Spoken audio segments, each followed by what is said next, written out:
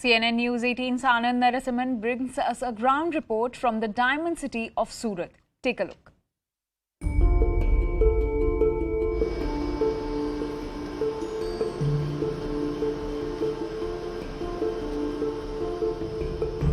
देखिए, सूरत में व्यापार की बात होती है तो दो चीज़ें सबसे ऊपर आती हैं, एक टेक्सटाइल और दूसरा हीरा।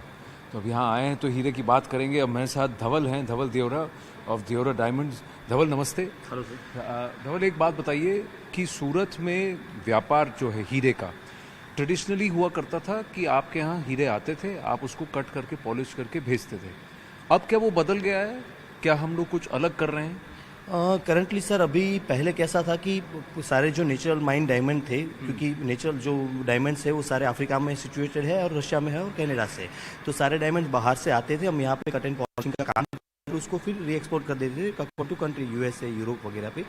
अभी रिसेंटली 2-3 साल से ये इंडस्ट्री में ऐसा चेंज आया है कि यहाँ में अभी लैब ग्रोन डायमंड सबने बनाना चालू किया है इस इंडस्ट्री में। तो उससे सबसे ज़्यादा जो फ़ायदा होगा ये होगा कि जो हमें इंपोर्ट के लिए ज़्यादातर हमारे यहाँ से पैसा बाहर चला जाता था, अब वो हमारा जो भी एक्सपोर्ट होगा वो क्लीन एक्सपोर्ट होगा। तो यहीं पे डायमंड ग्रो हो गए, यहीं पे कट एंड पॉलिश हो गए and will that directly export the diamond. तो जो मतलब जितना भी एक्सपोर्ट होगा वो प्योर एक्सपोर्ट होगा, जिसमें इंपोर्ट कुछ किया नहीं होगा। कुछ किया नहीं होगा। तो ये जो लैब ग्रोन डायमंड्स इसको कहते हैं, ये आर्टिफिशियल डायमंड्स अगर इसको कहा जाए, इन दोनों में फ़र्क है? एक पहली बात। दूसरा, इसको ग्रो करना कितना कॉम्प्लेक्स है, कितना एक्सपेंसिव है, और कॉस्ट वाइज अगर देखा जाए और क्वालिटी वाइज अगर देखा जाए तो ग्राहकों को कितना डिफरेंस लगता है? सर, अगर लैब ग्रोन और नेचुरल के बारे में आप बात करो तो लैब ग्रोन डायमंड को आर्टिफिशियल टर्म देना, वो हम तो उसे मैन मेड डायमंड कहते हैं, या फिर जो हमारी कंपनी में हम कहते हैं उसको अबोव अर्थ डायमंड कहते हैं।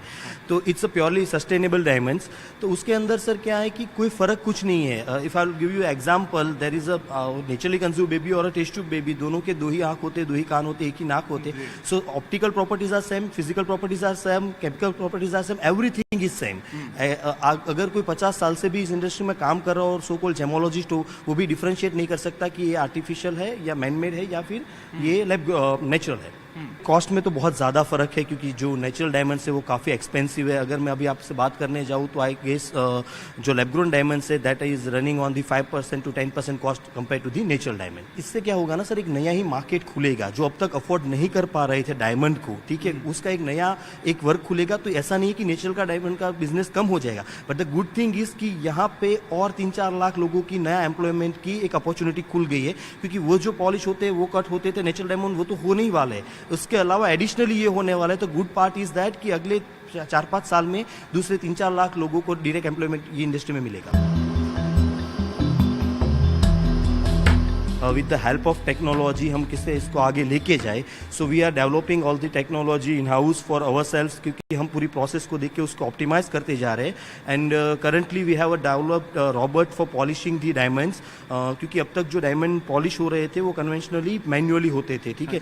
सो we have develop a technology with the help of AI to polish the diamonds, I mean to polish the 56 facets on the diamond completely automatically. Great. तो AI coated, AI polished, home grown diamond from Surat, और वो भी B2B नहीं, B2C। अब ये directly आपके पास पहुंच रहा है। You can access them directly, है ना? मजे वाली बात।